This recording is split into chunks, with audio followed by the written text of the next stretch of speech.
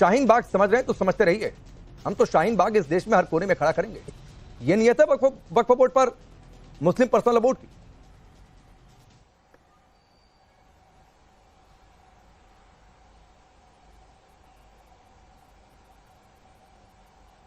अरे मेहरदीन, आवाज आ रही है?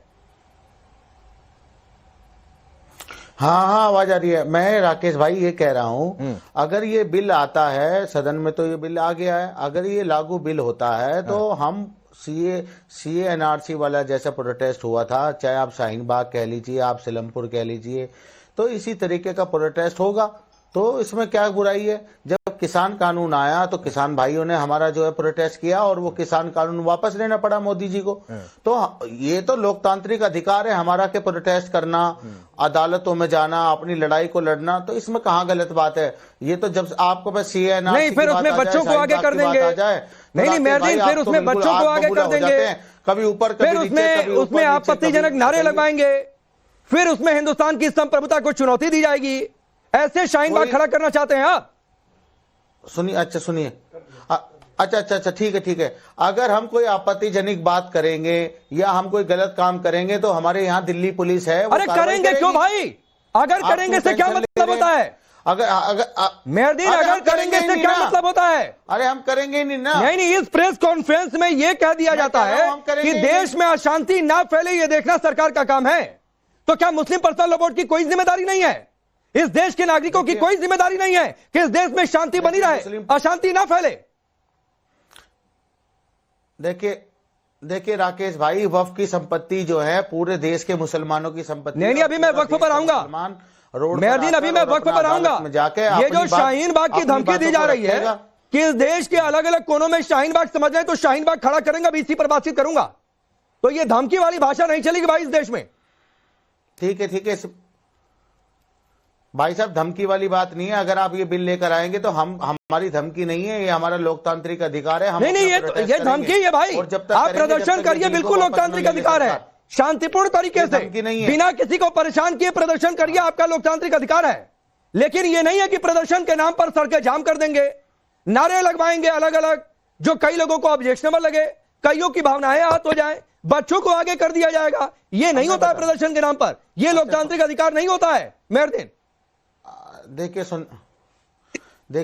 देखिए राकेश भाई, आप ज्यादा बेकार में इधर उधर की बातें मत करें। क्या इधर उधर की बात है? कह रहे हैं ये उधर उधर की बात है। 500 लोगों की कैपेसिटी है। पर्सनल लॉ बोर्ड वक्फ के नाम पर पीसी करता है। संभल में सरकार ने अशांति पैदा की, पत्थर जाकर वहां पर किसने बरसाए? दो जबान उस पर नहीं खुलती है, दो शब्द नहीं निकलता है उस पर। देश में अशांति ना फैले, सरकार की जिम्मेदारी है। बारे भाई में प्रायोजित दंगा था कैसे? अच्छा सुन तो लीजिए, आप कहते ज्यादा है, अपनी सुनाते ज्यादा है, सुनते कम है राकेश भाई। आप नहीं, मैं कमजोरी है। जब आप सवाल से भागते हैं मेहरदीन तो पकड़कर सवाल पर लेकर आता हूं, इसलिए बीच में आना पड़ता है। आप सवाल से भागिए नहीं तो मैं बिल्कुल बीच में नहीं आऊंगा। सवाल हम आप कोई ऐसे सवाल नहीं पूछते कि हम आपके सवाल से भाग जाएंगे।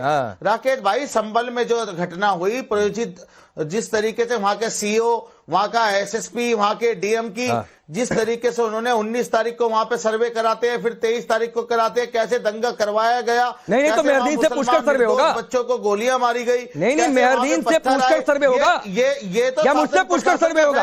एजेंसी को जब लगेगा तब सर्वे होगा। और आपने बिल्कुल ठीक कहा मेहरदीन कि प्रायोजित था, क्योंकि पत्थर पहले से इकट्ठा करके रखे गए थे। प्रायोजित था क्योंकि वहां पर इस तरीके का अंदेश फैलाने की पूरी साजिश थी। तो ये प्रायोजित था भाई, बिल्कुल आपने ठीक कहा है। और अब शाज़िया इल्मी, आप ये देखिए, ये एक अलार्मिंग सिचुएशन है। और मैं क्यों कह रहा हूं अलार्मिंग सिचुएशन? क्योंकि ये दो टूक कहा गया है पर्सनल लॉ बोर्ड की ओर से कि अगर आप शाहीन बाग समझ रहे हैं तो समझते रहिए, हमारे लिए शांतिपूर्ण प्रदर्शन था, और समझ रहे हैं तो वैसा ही प्रदर्शन फिर करेंगे। राकेश भाई, आपको भी नमस्कार और आदाब, और जो हमारे पैनल पे लोग मौजूद हैं उनको भी मेरी तरफ से सबको आदाब अर्ज है और नमस्कार। सबसे पहले मैं राकेश जी कहूंगी कि रमजान का भी महीना है, थोड़े एहतराम से हम सब लोग पेश आए, और सभी ज्यादातर लोग इस जो पैनल पर हैं रोजेदार हैं, तो कम से कम रोजेदार होने के ही बहैसियत अल्लाह झूठ ना बुलाए किसी से, क्योंकि एक रोजेदार का एक बहुत बड़ा एक जो फर्ज है वो है कि सच बोलना और झूठ से बाज आना और शैतानी सोच से बाज आना। तो सबसे पहले इससे, और इसलिए मैं चीख चिल्ला नहीं पाऊंगी क्योंकि सभी को प्यास लग रही है, लेकिन वक्त है इफ्तार का भी बाकी। तो राकेश जी, सबसे पहले मैं आपसे बताऊंगी कि फिर से देश में दंगे भड़काने की कोशिश की जा रही है। ये जो लोग all India Muslim personal law board वाले हैं, ये भी जानते हैं कि जिस बात की वो धमकी दे रहे हैं वो सिर्फ और सिर्फ सियासी है। आप अगर इनसे पूछेंगे कि 9 लाख जो एकड़ लैंड है, सोचिए कितना लैंड है मुसलमानों के पास, सबसे बड़े लैंड ओनर्स है मुसलमान। और अगर आप अब से पूछेंगे राकेश जी कि 8 जो है करोड़ से ज्यादा प्रॉपर्टीज हैं और 9 लाख एकड़ जो है, तब भी मुसलमान इतना गरीब क्यों है? इसके बाद जवाब नहीं दे पाएंगे, आपको चुप रहना पड़ेगा जो भी बोल रहा है बीच में। नहीं बोलना पड़ेगा, देखिए नहीं मैं चीख नहीं सकती हूँ आज। इनसे भाई साहब से कहिएगा थोड़ी इज्जत, फिर से देखिए ऐसे बात नहीं करूँगी। उनमें कब्रिस्तान है, मस्जिद है, इबादत गाहें हैं, मुसाफिर खाने हैं, आपको तो पता है सारी चीजें। आप नहीं मुझे बोलने दीजिएगा राकेश जी, मैं बीच में नहीं मेहरदीन रुकिए, मेहरदीन भाई रुकिए ना, मेहरदीन रुकिए, शाजिया को सुन लीजिए, फिर आपके पास आ जाऊंगा, काउंटर कर दीजिएगा। देखिए आप कि उनको फिक्र नहीं किसी और की, बोलने तक नहीं दे रहे हैं आप। देखिए इनसे अगर आप पूछिएगा कि आप मुसलमानों की बात कर रहे हैं, कहाँ थे जब ये सारे 9 लाख एकड़ जमीनें जो थी वो बाकायदा एक मुसलमान के काम नहीं आई? गरीबों की बात कर रहे हैं, बता सकते हैं कितने मेडिकल कॉलेज खुलवाए हैं, कितने यूनिवर्सिटी खुलवाए हैं, कितने यतीम बच्चों के लिए आपने शेल्टर कभी कुछ किया है आपने मुसलमानों के लिए? ये भू माफिया का अड्डा है। और जो सियासतदान बोल रहे हैं ना, इनको गरीब मुसलमानों से चिढ़ है, ये चाहते नहीं उनका। फिर बोलना है सच में, मैं नहीं बोलता। Meherdeen please 30 second uninterrupted Shazia को प्लीज। मेहरदीन नहीं बीच में, मैं कह रहा हूँ कि नहीं बीच में, मैं नहीं चाहता हूँ, प्लीज। तमीज की बात है, नहीं मैं बोल नहीं सकती ऐसे। आप बार बार इनको पिंडों पे काट रहे हैं, ये बदतमीजी कर रहा है। आज के दिन वो भी जानता है ये शख्स कि क्या फर्ज है। तो मैं तो ना तो झूठ बोलूंगी भाई साहब, और ना ऐसे लोगों से जो पूरी तरह से शैतानी सोच लेके आते हैं, इब्लीसी सोच रखते हैं, जो गरीब मुसलमानों के खिलाफ बोलते हैं, जो बोलने तक नहीं देते अपनी मुसलमान बहन को, वो भी है रोजे के दिन। मुझे लगता नहीं ऐसे लोगों से मैं बात कर सकती हूँ। मुझे शाजिया बोलिए, अभी सिर्फ शाजिया की आवाज ऑन एयर जा रही है, और 30 सेकंड आप बोलिए।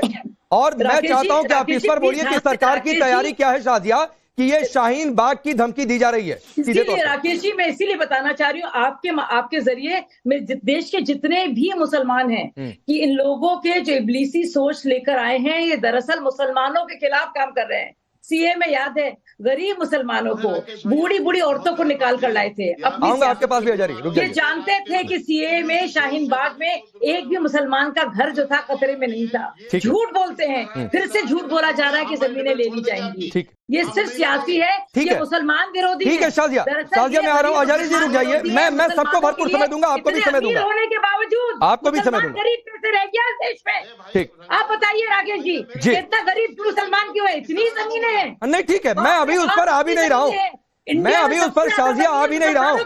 लेकिन धर्मेंद्र यादव जी आपकी पार्टी खुलकर समर्थन में, चलिए समर्थन करिए भी, लेकिन मुझे एक सवाल का, बहुत सीधे सवाल का सीधा जवाब चाहिए। ये कहा गया है कि शाहीन बाग जैसा प्रदर्शन समझते हैं तो वैसा ही प्रदर्शन करेंगे, तो क्या समाजवादी पार्टी इस देश के कोने में शाहीन बाग खड़ा करने के समर्थन में है? शाहीन बाग जैसे की साजिश थी। राकेश जी, सबसे पहले तो आपके चैनल के माध्यम से सभी देशवासियों को मैं ये बताना चाहूंगा कि भारतीय जनता पार्टी का एक बहुत बड़ा कमिटमेंट है पूंजीपतियों से जमीन देने का। अब जमीन निकलेगी कहाँ पे, तो उस पे भारतीय जनता पार्टी और संघ बहुत बारीकी से काम कर रहा है। और इसी वजह से भारतीय जनता पार्टी की योगी सरकार ने 3 काले कानून लेकर आए थे, किसानों की जमीन को छीनी जा सके, उनकी जमीन को लीज पे दिया जा सके बिना उनकी परमिशन के। और उस बिल का इतना बड़ा ढिढोरा पीटा पूरे देश के अंदर कि ऐसा बिल नहीं हो सकता, रिफॉर्मेशन हो जाएगा, एमएसपी मिल जाएगा, सारा कुछ कर दिया उसने। लेकिन भारतीय जनता पार्टी ने उन किसानों से बात नहीं करी जिसके जमीन के लिए बिल ला रही है। तो आप समझिए कि जैसे आप